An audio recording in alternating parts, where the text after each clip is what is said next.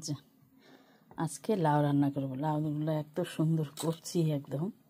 তো আমি এখন এক হাতে তো কাটা যায় না, আমি লাউগুলো এখন একটু কেটে নেব। আর এই পাশে আমি এই যে লাউটা রান্না করবো মুরগির মাংস দিয়ে। এটা হচ্ছে হাড় চিকেন। তো আমি মাংসটা কষাতে দিয়েছি, কষানো হয়ে আসলে আমি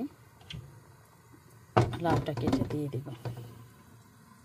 এই যে লাউগুলো সব কেটে নিয়েছি, খুব সুন্দর কচি ছিল লাউটা একদম। এখন আমি এই কষে নেওয়া মাংসের সাথে দিয়ে দেব।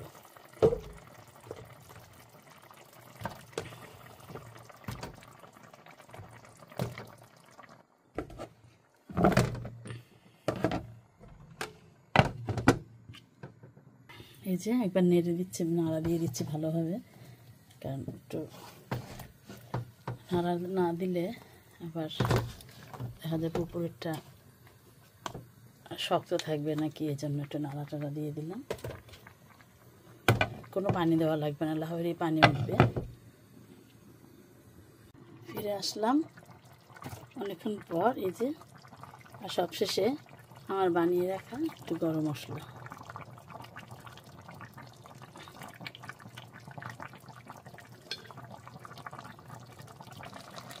আর একটু ফ্রেশ ধনেপাতা। ফ্রেশ ধনেপাতা নাই যেহেতু আমার ফ্রোজেন করে রাখা ধনেপাতা। ব্যাস তৈরি হয়ে গেল কচি লাউ দিয়ে মুরগির মাংস। এই যে,